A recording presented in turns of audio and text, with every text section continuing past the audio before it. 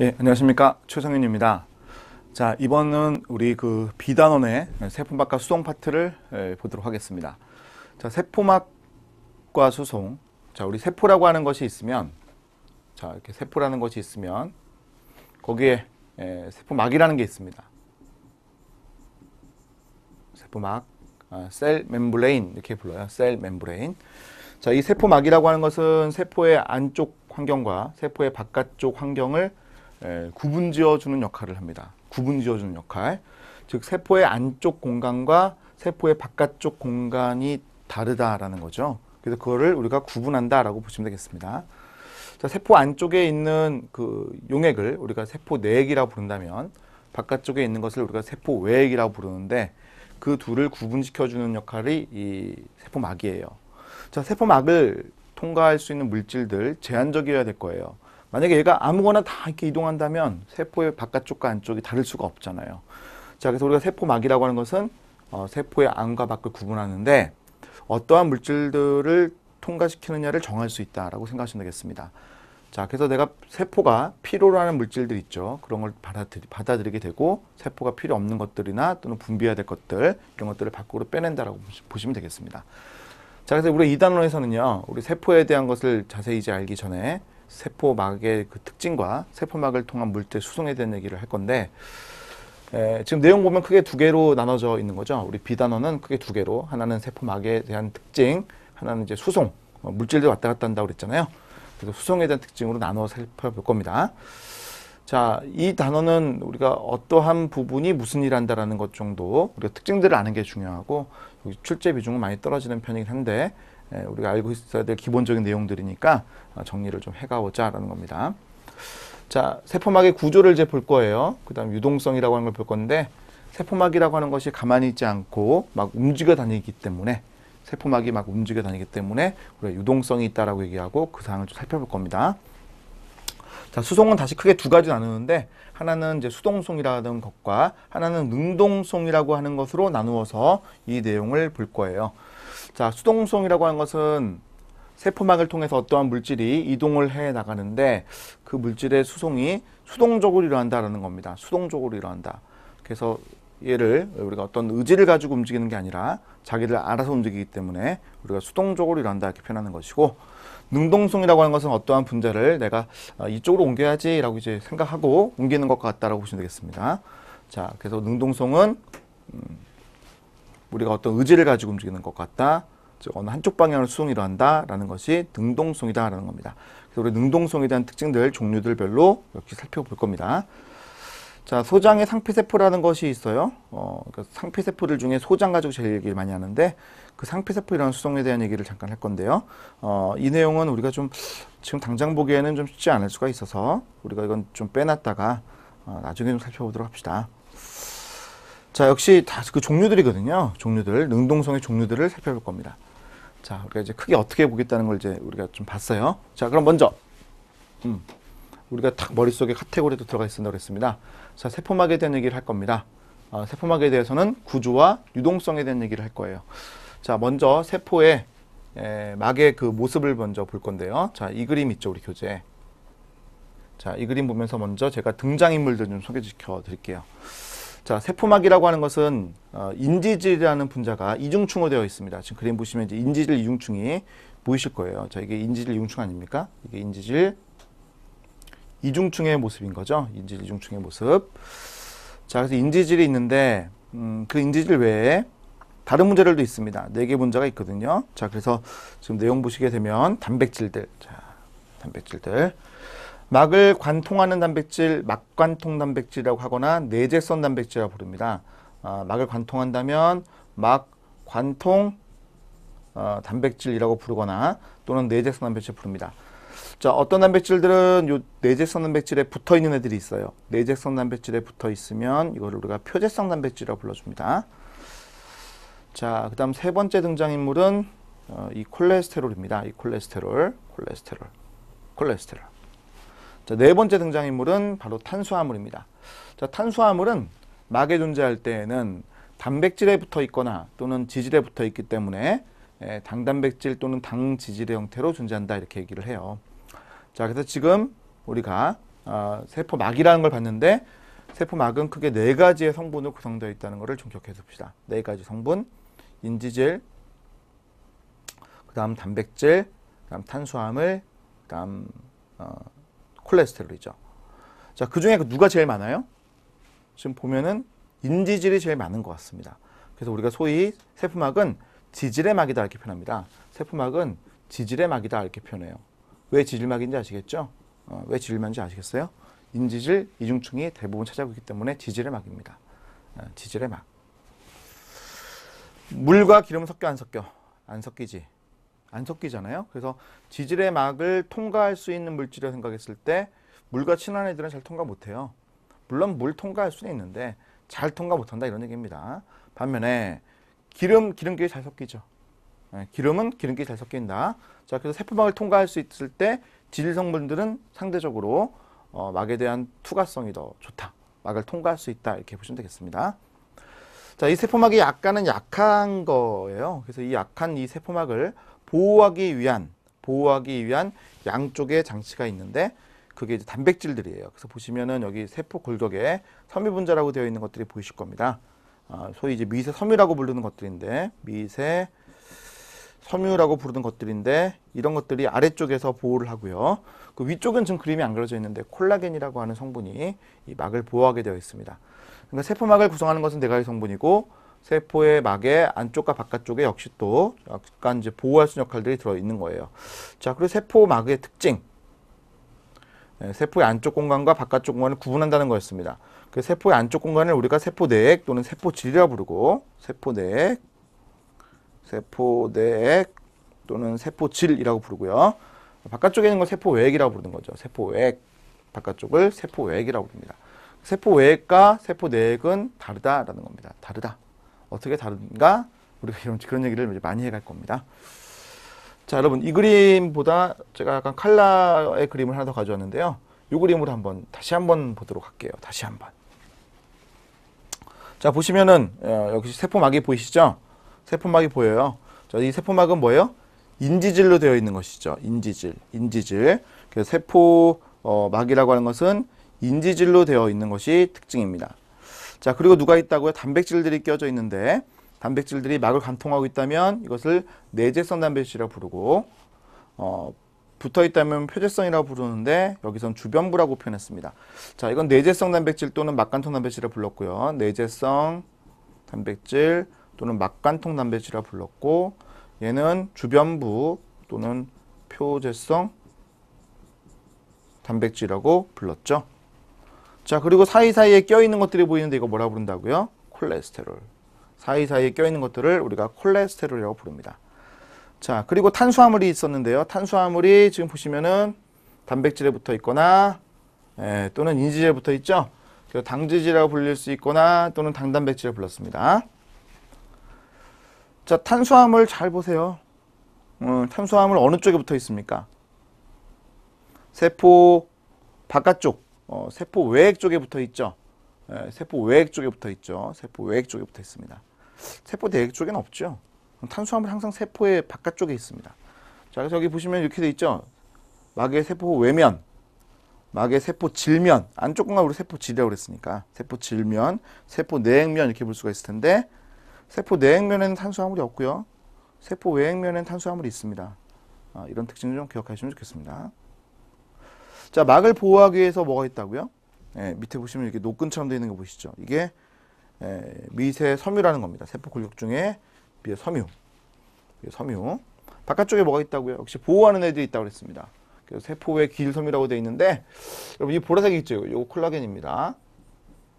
콜라겐이라는 단백질입니다. 4차 구조 단백질. 동형 삼합체라고 하는 애. 콜라겐 단백질.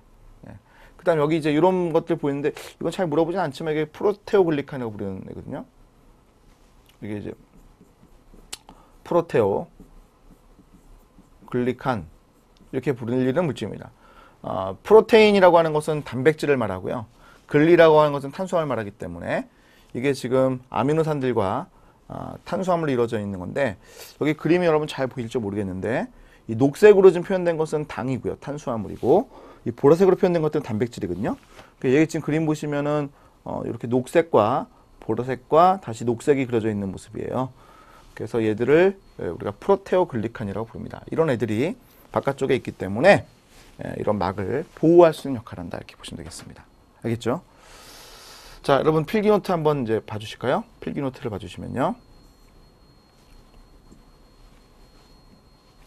자, 필기노트를 봐주시면 자, 세포막과 물질송이라고 하는 것을 제가 말씀을 드렸죠. 자, 우리가 세포막이라고 하는 것의 구조를 아는 것이 첫 번째 중요한 내용입니다. 그렇죠? 세포막의 구조. 그래서 크게 네 가지 성분이 있다고 그랬어요. 하나는 인지질인데 인지질은 이중층을 이룬다는 게 특징입니다. 인지질 이중층. 여러분, 인지질은 이중층을 이루는 게 특징입니다. 인지질은 이중층. 바이레이어. 네, 우리가 이제 두 가지가 있으니까 바이레이어. 양쪽으로 이제 탁 마주보고 있었죠. 자, 그 다음 뭐가 있다고요? 여기 단백질. 단백질은 내재성 단백질과 표재성 단백질이 있습니다. 내재성 단백질들이 역할이 되게 많아서 여기 적어놨는데 지금 당장은 여러분 크게 신경 안 써도 괜찮아요. 이제 통과한다는 것 정도 아시고 구조를 나중에 좀 볼 겁니다. 세 번째는 콜레스테롤, 네 번째는 탄수화물이죠. 탄수화물 항상 세포의 바깥쪽에 있습니다. 그러니까 이쪽이 지금 바깥쪽, 아웃 쪽이고 이쪽이 이제 인 쪽이라고 했을 때 바깥쪽에만 이 탄수화물이 붙어 있는 모습이에요. 자, 안쪽에는 뭐가 있다고요? 세포 골격의 묘 섬유, 액틴이라는 것들이 존재하고 바깥쪽에 뭐가 있다고요? 세포의 기질 섬유들, 콜라겐 이런 것들이 존재한다고 그랬지. 자, 그래서 세포막을 구성하는 것은 네 가지 성분, 보호하는 성분이 양쪽에 다 존재한다. 네. 자, 그 다음에 이제 하나씩 뜯어보는 겁니다. 인지질은 어떤 역할을 하는가? 단백질은 어떤 역할을 하는가? 콜레스테롤 어떤 역할을 하는가? 탄수화물 어떤 역할을 하는가? 이걸 이제 볼 건데 그걸 볼 때 이제 우리가 두 가지 측면을 얘기를 할 거예요. 하나는 구조적인 측면을 얘기하고 하나는 유동성이라는 걸 얘기할 겁니다. 우리 아까 그 세포막과 유동성이라는 걸 얘기한다고 그랬죠. 세포막과 유동성 얘기한다고 그랬죠. 네. 그 유동성이라는 걸 얘기를 할 거예요. 여기 그죠? 여기 보시면은 세포막과 유동성 얘기한다고 그랬잖아요. 세포막과 유동성. 요걸 이제 살펴볼 거라는 거죠.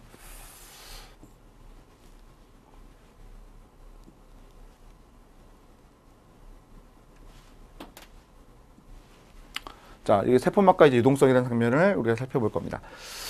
자, 보시면 인지질이라고 하는 것이 있었어요. 인지질이라고 하는 것이 인지를 이중층 이루는 게 특징이었죠. 인지를 이중층 이루는 게 특징입니다.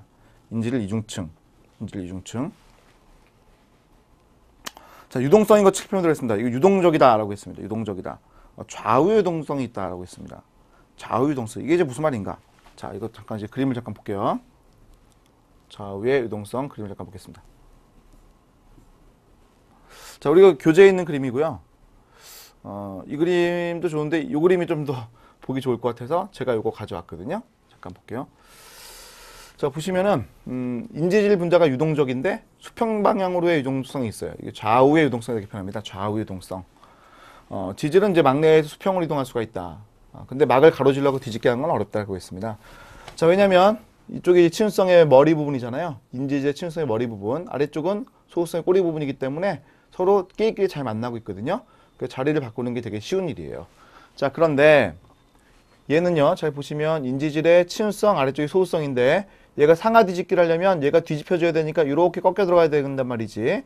꺾여 들어가면 이렇게 되기 때문에 이게 머리가 치운성의 머리가 안으로 박혀가지고 들어가야 되고 이 공간을 삐집고 자리를 만들어야 되기 때문에 엄청나게 어려운 일이에요. 그래서 여러분 보시면 1초당 10에 7승만 바뀔 수가 있다. 자리를요. 자리를 10에 7승 바뀔 수가 있는데 상하 뒤집기 이거 어렵죠. 한 달에 한 번 꼴밖에 안 낸다라는 겁니다. 그러니까 상당히 어려운 일입니다. 그래서 인지질이라고 하는 것은 어떤 유동성이 있는 거예요? 좌우의 유동성, 수평방의 유동성이 있다 이렇게 합니다. 이걸 잘 기억하십시오. 인지질이라고 하는 것은 좌우의 유동성이 있는 것이 특징이다. 좌우의 유동성이 있다.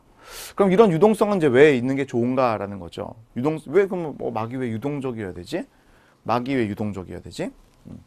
자, 이렇게 세포가 있다고 했을 때 여기에 있는 이 문자들이 이렇게 막 왔다 갔다 한다는 거예요. 요 사이사이에 뭐가 있어요? 단백질들이 껴져 있었습니다. 단백질이 껴져 있었죠. 단백질은 여러 가지 기능한다고 그랬어요. 그래서 여러 가지 기능하는데 대표적인 게 어떤 물질들의 통로가 됩니다. 어떤 물질을 안으로 갖고 들어올 수도 있고 밖으로 나갈 수도 있는 이런 통로의 역할을 하는 거예요. 자, 그럼 물질을 잘 이동시키기 위해서는 저 통로가 가만히 있는 게 좋겠어요? 움직여 다니는 게 좋겠어요? 당연히 움직여 다니는 게 좋습니다. 여러분 생각해 보시면 우리 만약에 청소를 해요. 집에서 청소를 하는데 청소기로 이렇게 싹싹싹 쓸어야 되는데 청소기를 이렇게 가만히 있고 야 먼지야 빨려 들어와라 라고 한다면 청소기 안으로 이렇게 빨려 들어가겠어요? 잘 안 들어가겠죠. 비슷하게 움직여 다니는 게 당연히 물질들을 잘 빨아들이거나 이동시키기 좋은 거잖아요. 마찬가지 단백질들이 이렇게 잘 움직여 다녀야 됩니다. 그럼 단백질 잘 움직여 다니기 위해서는 유동적이어야 될 텐데 그 유동성을 누가 부여한다고요? 인지질이 부여해 주는 겁니다. 그럼 인지질이 부여해 주는 거예요. 이렇게 움직여 다니는 거죠. 상하의 뒤집기 별로 필요 없죠. 그래서 이런 좌우 유동성이 잘 되게끔 발달을 해왔겠죠. 자, 그럼 유동성이라고 하는 것은 높을수록 좋을까? 낮을수록 좋을까? 정답은 적절할 때라는 겁니다. 생명체에서는 항상 적절하다는 게 중요한 것 같아요. 자, 유동성은 너무 낮아도 좋지 않지만 너무 높아도 좋지는 않을 거예요. 자, 그래서 적절한 게 좋은데 우리는 유동성이 있다라고 그냥 판단하는 겁니다. 자, 그래서 유동성이 이제 좋으면 사실상 좋다고 보시고요. 적절한 게 좋겠지만 좋다고 보시고, 자, 내용을 보시면, 자, 우리 지방산에 대해서 얘기했을 때 포화지방산, 불포화지방산 얘기했었죠. 자, 오른쪽에 있는 걸 보게 되면 인지질이 유동성이 있는 모습, 없는 모습, 좀 없는 모습이에요. 점착성이 좀 강한 모습이다라고 표현했습니다. 왜냐하면 포화지방산으로 구성되어 있으면 얘들이 어떻게 되어 있습니까? 직선으로 쭉 뻗어 있기 때문에 옆에 것들과 잘 결합을 하게 돼요. 소수성 결합이 좀 심하죠. 잘 되죠. 근데 왼쪽에 있는 걸 보게 되면 포화지방산과 불포화지방산이 있게 되면 불포화지방산이라고 하는 것들이 많으면 많을수록 구부러져 있기 때문에 소수성 결합을 하는 게 좀 어렵죠. 그러면 옆으로 이동하기가 훨씬 더 쉬워지는 겁니다. 그래서 우리가 유동적이라는 표현을 쓰게 되는 겁니다. 알겠죠? 자, 그러면 막은 유동적인 게 상대적으로 좋은 거긴 하니까 우리 유동성 있는 것을 우리가 살펴보는 거예요. 자, 그럼 다시 앞으로 갑시다.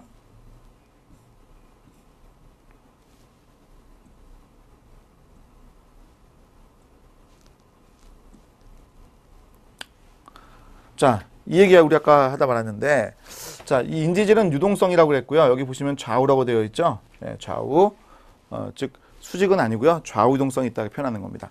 자, 유동성은 언제 좋아지는가에 대한 얘기를 하는 건데요. 자, 우리가 기억해야 될 것은 밑에 두 가지입니다. 자, 온도가 높으면 유동성이 커진다. 이건 당연한 얘기죠. 온도가 높으면 유동성이 커진다. 잘 움직여 다닐 거야. 분자들의 운동 에너지가 커지는 거라고 그랬습니다. 자, 그리고 이 내용 꼭 기억하셔야 되는데 불포화 지방산의 함량이 높을수록 유동성이 더 커지는 거죠. 불포화 지방산의 함량이 높을수록 더 유동성이 커집니다. 자, 위에 것은 약간 보너스 같은 경우가 잘 물어보는 경우는 없는데 지방산의 길이 짧으면 짧을수록 소수성이라도 약해지기 때문에 지방산들의 움직임이 훨씬 더 좋아지게 돼 있어요. 자, 그 옆에 보시면 살짝 이런 말을 적어놨습니다.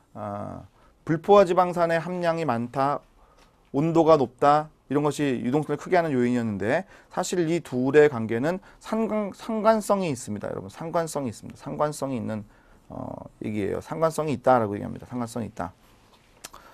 자, 그래서 여기 보시면요. 여름철 어때요? 여름철. 온도가 많이 올라갔죠. 온도가 올라가면 유동성 너무 커져요. 너무 커지는 거 싫거든요. 유동성 너무 커지는 거 싫어요. 그래서 어떻게 해요?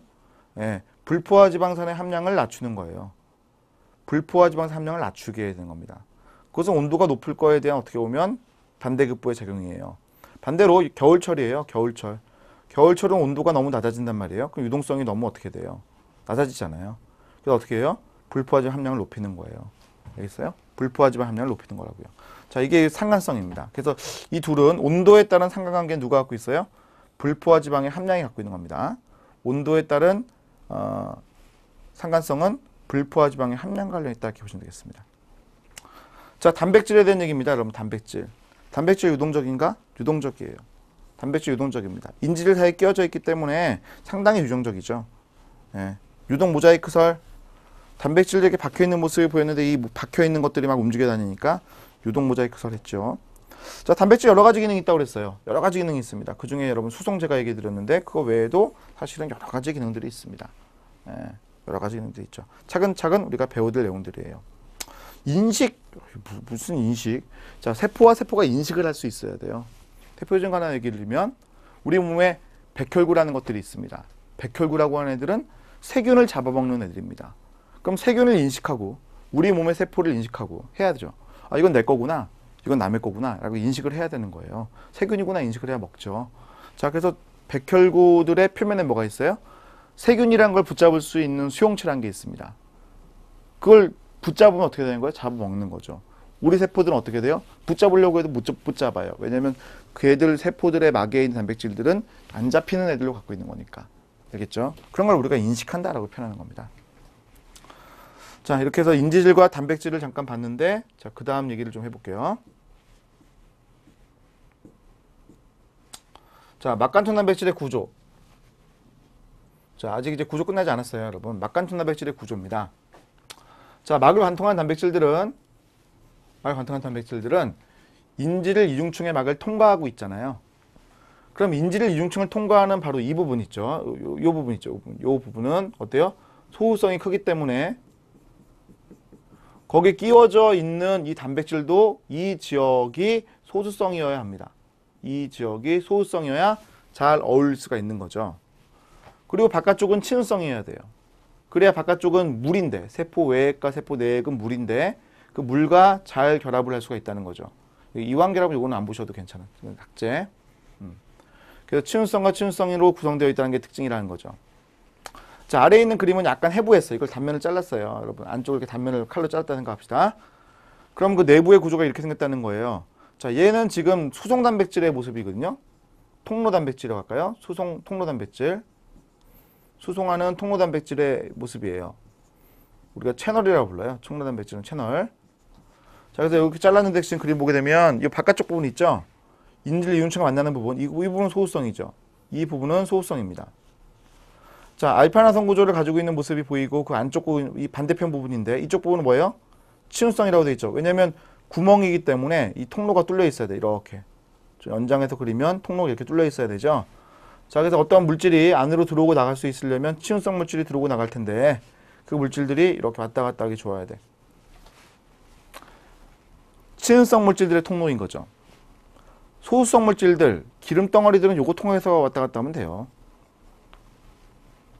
자, 통로 단백질, 채널 단백질들은 친수성 물질들을 통과하기 위한 통로인데 내재성 단백질의 일반적인 특징, 소수성 단백질, 소수성 아미노산들이 인지질을 통과하는 부분에 존재하고 막을 관통하는 부분 안쪽에는 친수성인 아미노산들이 존재하는 게 특징이다. 자, 이번엔 단면을요 이렇게 잘랐어요. 단면을 이렇게 잘랐습니다. 그럼 이런 모습 나오죠. 아래같이 나옵니다. 그럼 그 내용을 보게 되면 알파나선 구조가 이렇게 보인다는 거예요. 알파나선 구조가 지금 보이는 모습이고요. 알파나선 구조의 안쪽, 바깥쪽 부분이죠. 바깥쪽 부분은 뭐라고요? 친수성이죠. 아, 소수성이죠. 소수성. 자, 그 다음 안에 있는 부분 있죠. 안에 있는 부분. 이 부분. 이 안쪽에 해당하는, 이 부분에 해당하는 것은 뭐예요? 전부 다 친수성으로 되어 있다는 거죠. 물론 여기 알파나선 구조가 있는 게 아니라 여기는요. 이 부분이 친수성이죠. 다시 좀 그려드릴까요?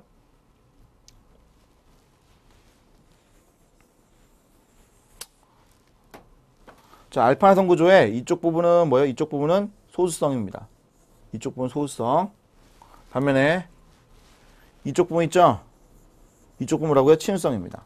여기 동그라미 해놓은 거는 요거는 여러분 그냥 구멍 표시한 것이지 알파나선 아니에요. 이거 알파나선 아닙니다. 알파나선 아니에요. 자, 요거 이렇게 소수성, 이렇게 친수성.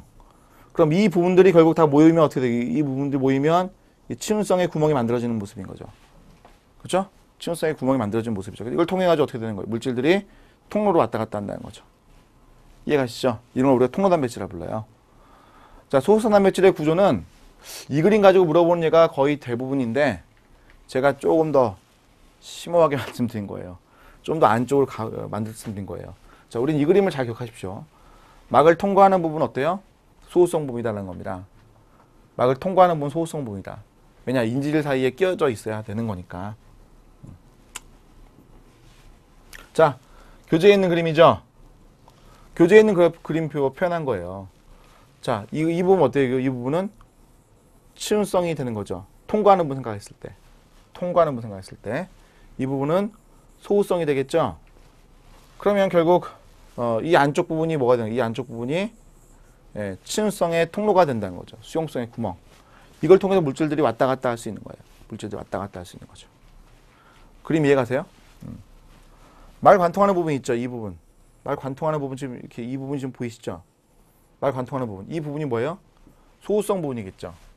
막을 통과하는 그 윗부분이 있죠. 윗부분. 그건 치윤성이 있죠. 여기 지금 이렇게 그렸지만 이건 통과하는 부분. 통과하는 부분. 막을 통과한 부분만 그렇죠. 여기는 바깥쪽이면 다 이게 치윤성. 이쪽은 다 치윤성이 있지. 그지? 이쪽 위쪽은 이거 다 치윤성이라고. 이쪽은 다 치윤성이라고. 네? 통과하는 부분 이 부분이 소수성이지. 그림 이해 가세요?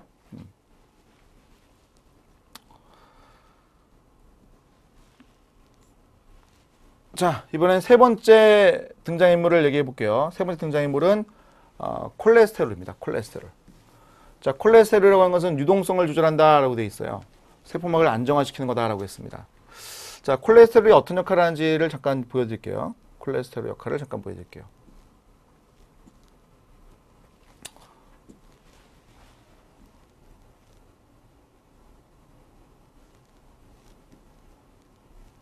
자, 여기 잠깐 보시면요. 이 콜레스테롤이 좀 보이시는데 콜레스테롤이 여기 이제 끼워져 있거든요. 콜레스테롤 끼워져 있죠. 이 콜레스테롤은요, 유동성이라고 하는 것과 관련이 있는데 유동성의 범위를 조절하는 특징이 있어요. 어떤 거냐면, 자, 이 인지질이라고 하는 분자가 양쪽에 이렇게 지금 있고요. 그 사이에 끼워져 있는 콜레스테롤인데 얘가 이제 인지질이 움직여 다닌다고 할 때 이 콜레스테롤은 장애물처럼 작용합니다. 장애물처럼요. 그러니까 잘 못 움직이게 하는 거죠. 단 유동성이 클 때에는 장애물이 맞아요. 자, 그런데 반대로 유동성이 너무 낮아지게 되면 이 인지질 분자의 지방산들은 서로 붙으려고 하거든요. 그 붙으려고 하는데 사이에 끼어져 있기 때문에 역시 이번엔 방해물인데 얘네 둘이 붙는 걸 방해하기 때문에 오히려 유동성은 커지는 역할을 하는 거예요. 좀 재밌죠, 그죠? 여기 이제 유동성이라고 하는 것을 온도에 따라서 높이거나 낮추는 역할을 다 할 수 있다라는 얘기예요. 자, 그래서 이제 그림을 이제 다시 한번 잘 눈여겨 보시고 이 표를 한번 보도록 할게요. 이게 뭐라고 되어 있냐면 콜레스테롤은 세포막을 안정화시키는 역할을 하게 되어 있는데 그래프를 한번 보세요. 온도 X축, Y축은 유동성입니다. 자, 인지질로만 구성되어 있는 막은 유동성의 범위가 이렇게 변한다고 지금 되어 있는 거죠. 유동성의 범위가 크게 변해요. 자, 그런데 인지질에 콜레스테롤이 들어가 있다면 온도가 높을 때는 유동성을 낮추고 장애물이죠. 온도가 낮을 때는 인지질이 붙는 것을 막으니까 유동성을 높이죠. 인지질의 유동성을 높이는 거예요. 그래서 유동성의 범위가 어떻게 돼? 변하는 범위가 그렇게 크지 않게 되는 거죠.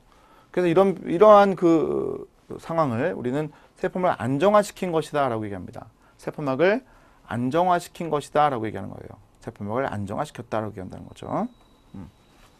자, 여기 보세요. 함량이 높을수록 친수성 막 투하가 어려운데 뭐 이거는 우리가 크게 중요한 내용은 아니고 이 내용이 이제 훨씬 중요한 내용이니까 이거 꼭 기억하시는 게 좋아요. 자, 그 다음 마지막 등장인물이네요. 탄수화물 뭐예요? 세포의 바깥면에 존재하죠. 인지질 세포막의 바깥면에 존재하는 거예요. 그리고 당단백질과 당지질의 형태로 존재하는 게 특징이죠. 자, 그래서 역할은 대개는 인식 기능이 있어요. 단백질에 붙어있는 당단백질이 인식 기능에 상당히 중요한 역할을 한다는 것 기억하시면 되겠습니다. 아시겠죠? 자, 우리 이렇게 네 가지의 등장인물을 봤습니다. 네 가지의 등장인물을 봤어요. 자, 이 그림은요, 세포막의 유동성을 보여주는 그림인데, 자, 사람들이 실험을 했습니다. 생쥐세포하고 사람세포 두 개를 융합을 하는 거예요. 세포막이라고 하는 것은 인질 융충이 되어 있기 때문에 기름은 잘 섞이는 것처럼 막이라고 하는 것을 이렇게 붙일 수가 있다는 거죠. 그래서 세포를 각각 위치시켜서 융합을 시키는 거예요. 자, 융합을 시킬 때 막단백질들을 형광표지했어요. 그럼 형광등 아시죠? 형광등. 우리 클럽 가보신 적 있죠? 거기 보시면 뭐 노란색 형광등도 있고 뭐 주황색 형광등도 있고 하잖아요. 그렇게 형광색을 입히는 겁니다. 그래서 생쥐세포에는 뭐 예를 들어서 빨간색 형광등이래요. 빨간색 형광물질을 입히는 거고 이쪽엔 녹색 형광물질을 이제 입히는 거예요. 그래서 두 개의 세포를 융합을 합니다. 관찰하기 쉽게 하기 위해서 이렇게 형광물질을 붙일 때가 꽤 있습니다. 자, 그리고 시간이 지나서 보니까 빨간색 형광물질과 녹색 형광물질, 즉 녹색 형광 표지가 된, 녹색 형광으로 표시가 된 이렇게 표현합니다. 표시가 된 단백질과 그다음에 빨간색으로 역시 표지가 된 단백질들이 막 섞여요. 그래서 우리가 단백질들이 유동적이다라는 것을 눈으로 직접 확인하게 된 거죠. 눈으로요. 세포막은 유동적이라는 것을 확인한 겁니다. 자, 이게 지금 보면 단백질들이 모자이크처럼 보이고 그게 막 움직여야 되는 것처럼 보였기 때문에 이런 것을 보고 유동 모자이크와 같다라고 표현합니다. 세포막은 유동 모자이크다 이런 표현을 쓰는데 이 그림 가지고 얘기한 겁니다. 생물학이라고 하는 게 참 특이한 게요. 어떤 현상을 가지고 어떤 용어라든지 이런 것들을 만들어내요. 그리고 그거를 이제 꺼리낌 없이 잘 쓰기 때문에 잘 안 들어본 것들이 있으면 여러분들이 상당히 좀 당황하게 되고 시험 문제 맞추기 어려워집니다. 자, 유동 모자이크라는 이 표현은 세포막의 유동성과 관련되어 있는 내용이다라는 거 아시면 되겠습니다. 이렇게 단백질들이 섞여서 움직여 다닐 수 있다는 것을 유동 모자이크와 같다라고 표현한다는 거죠. 자, 이렇게 해서 제가 세포막이라고 하는 것과 그 유동성이라는 걸 이제 설명을 드렸는데 그 사실들 여러분 잘 기억을 해주시고 다음 이제 바로 수송에 대한 얘기로 넘어가서 제가 설명을 드리도록 할게요. 잠깐 쉬었다 가겠습니다.